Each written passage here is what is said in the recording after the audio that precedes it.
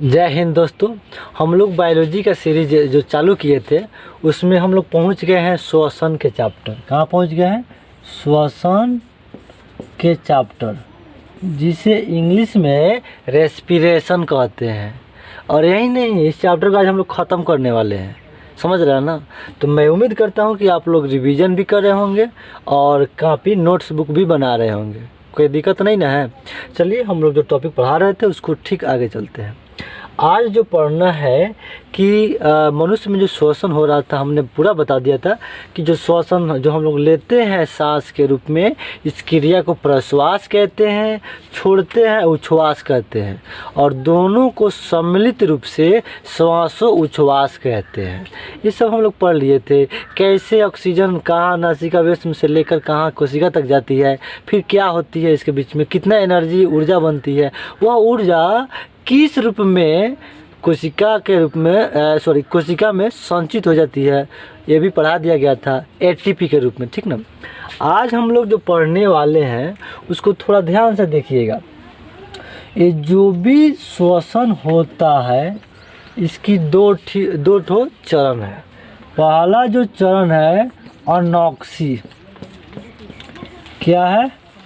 अनॉक्सी। इसका हिंदी अवायवीय होता है, अवायवीय, ध्यान रखिएगा। और इसी की इंग्लिश नहीं बोल रहा हूँ, इंग्लिश बोल रहा हूँ। अनॉक्सी होता है। और एक होता है ऑक्सी श्वसन, इसको हिंदी में एग्जैक्ट कहते हैं वायवीय। तो इतना आप लोग समझ रहे होंगे, कोई दिक्कत नहीं ना। देखिए, सबसे पहले हम लोग को शरीर में अर्थात कोशिका में जो श्वसन का चरण होता है, इसमें दो चरण होता है। यही दो चरण से हम सभी लोगों के शरीर में श्वसन की क्रिया होती है। पहला चरण जो होती है अनॉक्सी अर्थात अवायवीय होता है। चलिए इसको पहले हम लोग समझते हैं और फिर ऑक्सी को समझेंगे, ठीक है ना। चलिए देखिए, अनॉक्सी अर्थात अवायवीय का मतलब होता है, वायवीय मतलब होता है वायु या हवा, समझ रहे हैं ना। और वायु कहूँ तो ऑक्सीजन, हम लोग यही ना ऑक्सीजन श्वास के रूप में लेते हैं। और अ का मतलब होता है नहीं, ध्यान दीजिए, अ का मतलब नहीं होता है। अर्थात आपको इतना से समझ में आ ही जाना चाहिए कि जो अनॉक्सी श्वसन होता है, अवायवीय श्वसन होता है, इसमें ऑक्सीजन नहीं, यानी कि ऑक्सीजन अनुपस्थित होता है, समझ रहे हैं ना। तो ध्यान रखिएगा, वह श्वसन जब बिना ऑक्सीजन यानी ऑक्सीजन के अभाव में हो तो उस श्वसन को अवायवीय श्वसन कहते हैं, और इंग्लिश में अनॉक्सी श्वसन कहते हैं। कोई दिक्कत नहीं ना। देखिए, यह जो श्वसन होता है ना, कोशिका द्रव्य में होता है। बात समझने की कोशिश कीजिए। यह अनॉक्सी श्वसन कहाँ होता है? तो कोशिका द्रव्य में होता है। कोई दिक्कत नहीं ना। और देखिए, ये जब कोशिका द्रव्य में होता है ना, तब बात कुछ समझिए। यहाँ पर जो ग्लूकोज होता है, ग्लूकोज, उसका पूरा विखंडन नहीं हो पाता है, ध्यान रखिएगा।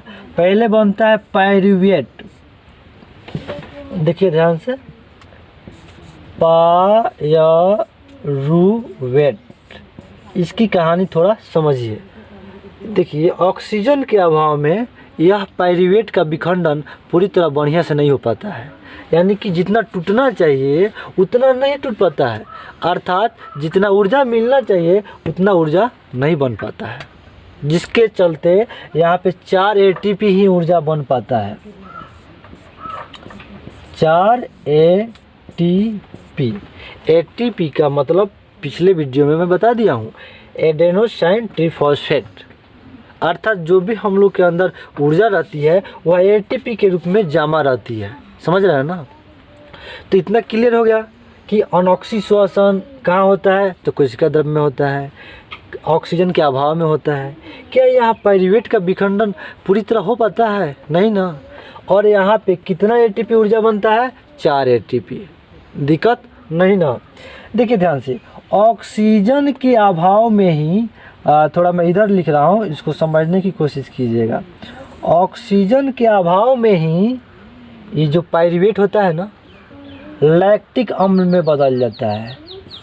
दिखाई दे रहा है ना, यहाँ अच्छा तरह से दिखाई दे रहा है। तो देखिए ध्यान से, ऑक्सीजन के अभाव में ही पाइरूवेट लैक्टिक अम्ल में बदल जाता है, लैक्टिक अम्ल में बदल जाता है। इस बात को समझिए, ऑक्सीजन के अभाव में ही पाइरूवेट किस में बदल जाता है, लैक्टिक अम्ल में। और जैसे ही लैक्टिक अम्ल में बदल जाता है तो मांसपेशियों में दर्द होने लगता है। तो आपको ये समझ में आ जानी चाहिए कि दौड़ते समय आखिर मांसपेशियों में दर्द होती है तो क्यों होती है, क्योंकि हम लोग को देखिए, कार्य करने के लिए जितना ऊर्जा चाहिए, दौड़ने के लिए जितना ऊर्जा चाहिए, उतना ऊर्जा नहीं मिलता है। क्योंकि ऑक्सीजन का अभाव हो जाता है, जिसके चलते पाइरूवेट का विखंडन सही से नहीं हो पाता है और यही पाइरूवेट लैक्टिक अम्ल में बदल जाता है, जिसके चलते मांसपेशियों में दर्द होने लगता है। यहाँ तक का जो सारी कंसेप्ट था, समझने में दिक्कत नहीं ना है। चलिए हम लोग आगे चलते हैं। अब देखिए, थोड़ा पाइरूवेट का और हम लोग काम पढ़ते हैं। ये तो हो गया, कोई दिक्कत। ऑक्सीजन के अभाव में ही पाइरूवेट क्या बनाता है, तो देखिए ध्यान से, अल्कोहल C2H5OH, इसको अल्कोहल कहते हैं। ध्यान रखिएगा, कुछ मैं बातें बताने वाला हूँ, उसको गौर से सुनिएगा। ये जो लैक्टिक अम्ल बना है ना, मांसपेशियों में बना है, दिक्कत। और यह बन रहा है कोशिका में। ध्यान रखिएगा, कहाँ बन रहा है, कोशिका में। इसको आप ध्यान से दिमाग में बैठाइए। यहाँ अल्कोहल बनता है तथा CO2 कार्बन डाइऑक्साइड गैस बनता है। तो इस बात को समझिए, पाइरूवेट का ही जब ऑक्सीजन का अभाव होता है तो मांसपेशियों में लैक्टिक अम्ल बन जाता है, जिसके चलते दर्द होने लगता है। लेकिन कोशिका में अल्कोहल, इसको इथेनॉल भी कहते हैं, अल्कोहल और CO2 बन जाता है, समझे। इस क्रिया को क्या कहते हैं, किण्वन। क्या कहते हैं, किण्वन।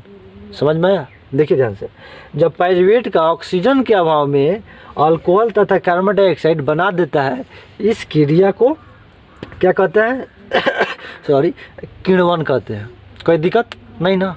तो ये सारा कंसेप्ट था केवल अनॉक्सी श्वसन का, कोई दिक्कत नहीं ना। तो अब देखिए, अगले क्लास में हम लोग ऑक्सी श्वसन पढ़ने वाले हैं, समझ रहे हैं ना। अर्थात मैं पढ़ाऊंगा, आप समझिएगा, कोई दिक्कत नहीं ना। तो आप इतना कंप्लीट कीजिए, अगले क्लास में मिलते हैं और इसके हिस्सा को कंप्लीट करते हैं। चूँकि आज ख़त्म करना था, लेकिन गर्मी बहुत ज़्यादा पड़ रही है और क्लास लेना मुश्किल हो गया, फिर भी इतना लिया हूँ। चलिए ठीक है, मिलते हैं। जय हिंद।